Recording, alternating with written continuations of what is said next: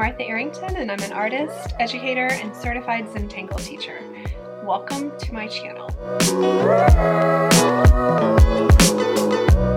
Today I want to share with you all how to create a pattern painting using acrylic paint and paint markers that you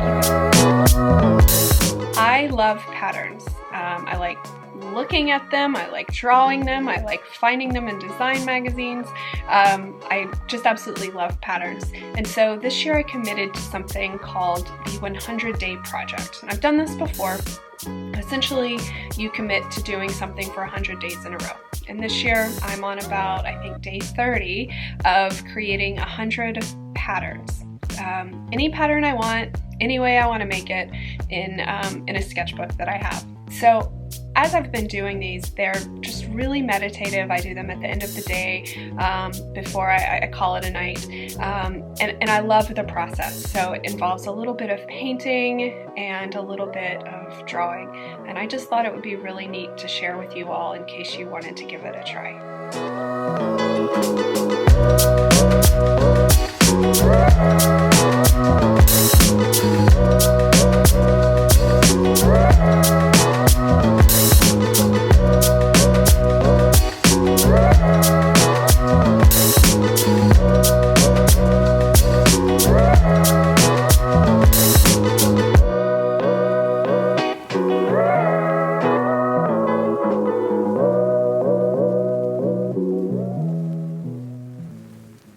Let's first talk about supplies that you're going to need.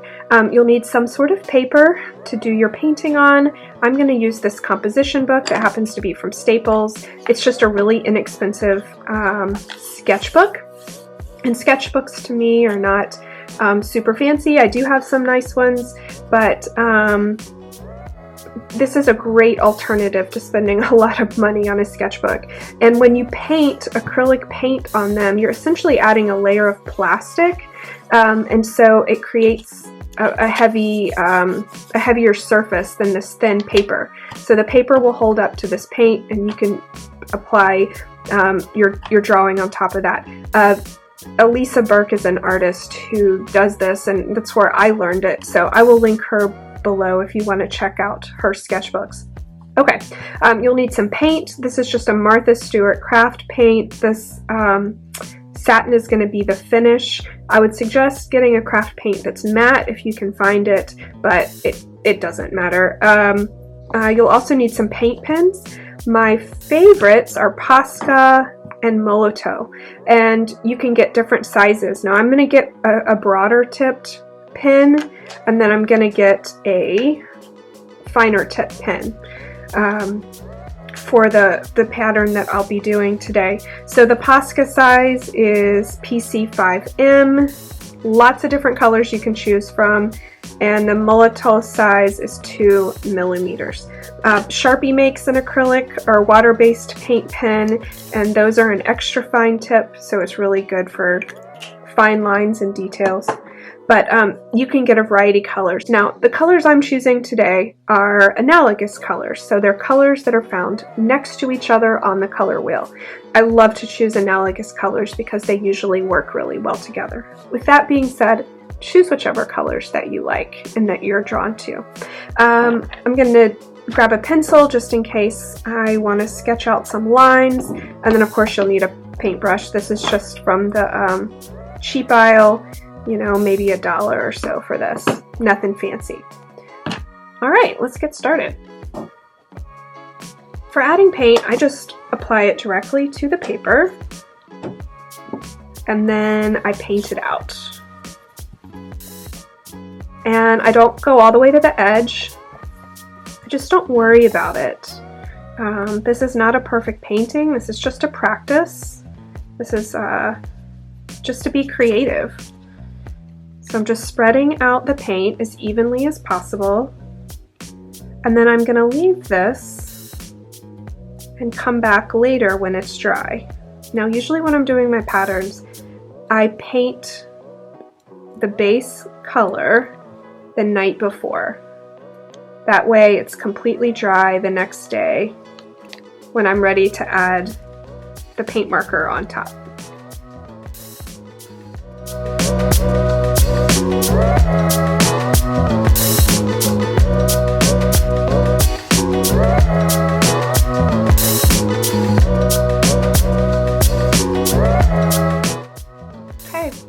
so it's gonna dry and I will see y'all later. The first thing I want to do is grid out this area with some vertical and horizontal lines.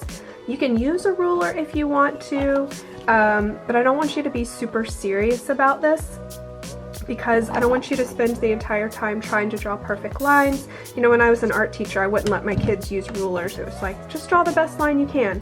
One of the tricks I would teach them was to use your finger first, draw the line, kind of gets you used to the movement, and then go ahead and pick up your pencil and draw just right on the page.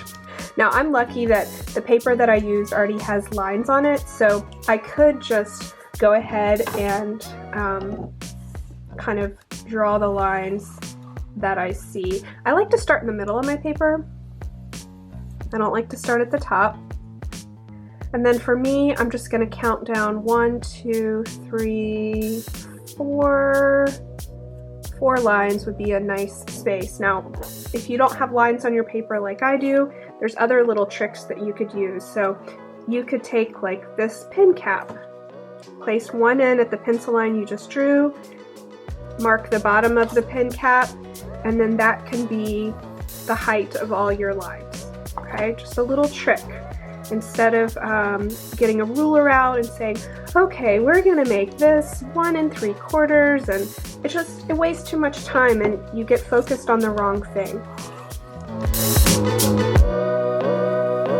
All right, and now I want to do a set of vertical lines that are the same distance apart from each other so that I create squares all over my paper. So I'm gonna start here. Essentially, this is gonna be a line for me.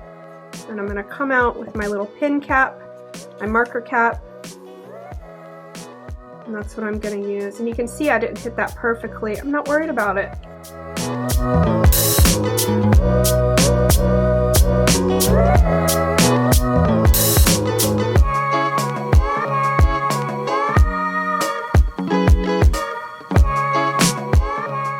Go ahead and get the materials you're using and get the smallest tip that you have, whichever pen or paint marker that is.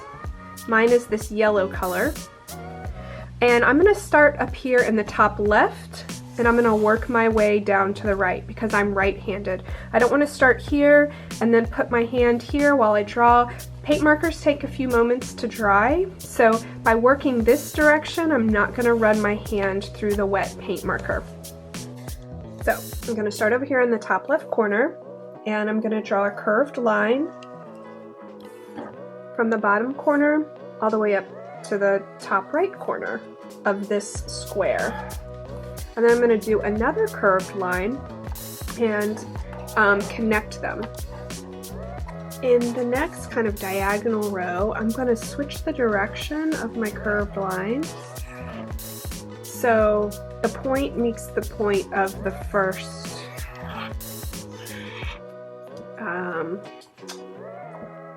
curved line shape that I created.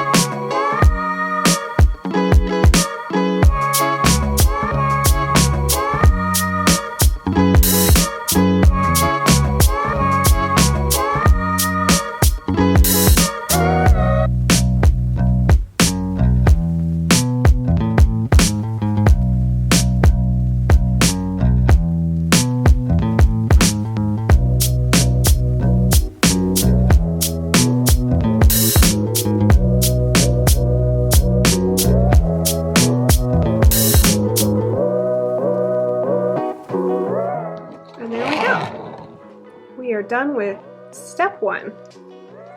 I'm back.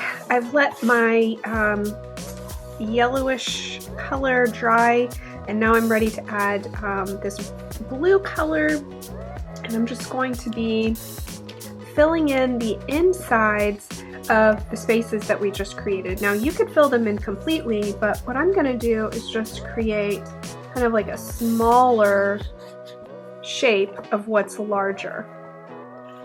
And again, if you're right-handed, you might want to start on the left side and move all the way to the right.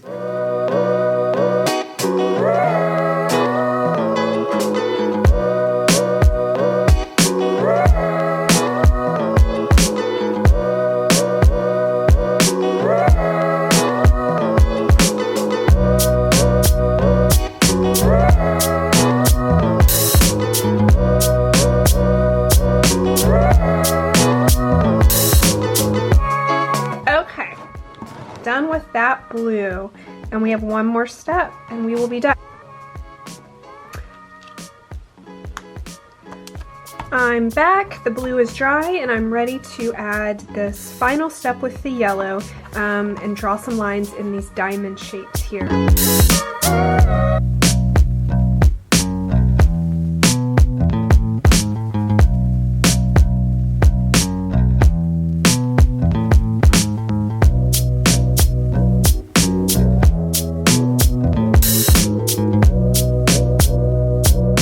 Second column, I'm going to do my lines going a different direction. So that's why I've turned my page back. So I'm going to go 1, 2, 1, 2, and the top the same thing, like so. So these are horizontal and these are vertical. And so each column is going to flip-flop.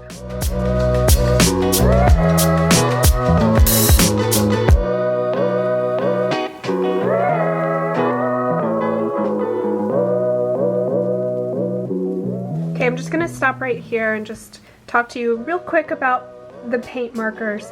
Sometimes it'll seem like they are running out. So what you want to do is just shake them up, give them a good shake, and then grab a piece of scrap paper and then depress the tip. So press it down hard. We want to get that ink flowing down into the tip again. All right, and then you should be good to go.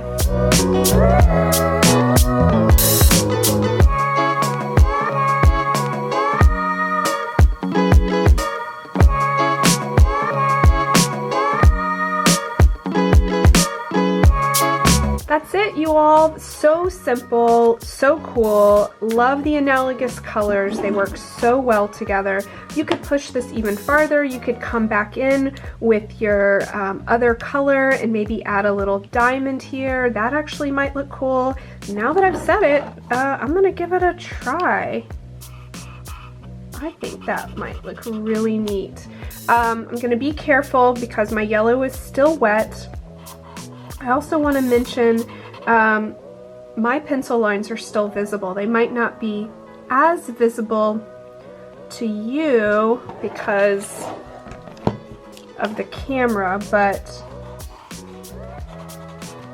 they are visible to me, and I'm going to just leave them. That's not something that bothers me for a sketchbook drawing, but if they bother you, same thing applies when you're adding a second layer of paint.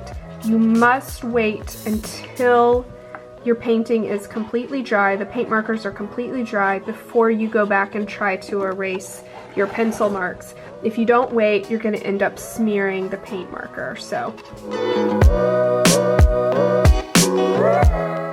and you know what? It never fails that when I do my work, I always realize I've missed an area. This happens every day.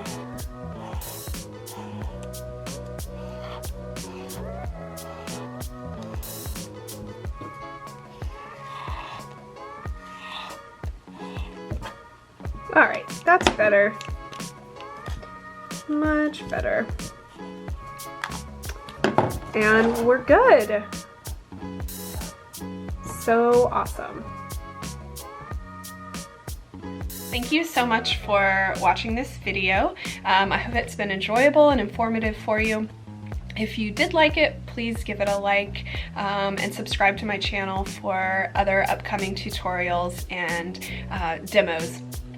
If you are interested in sharing what you've created today on social media, please make sure to tag me so that I can see it as well.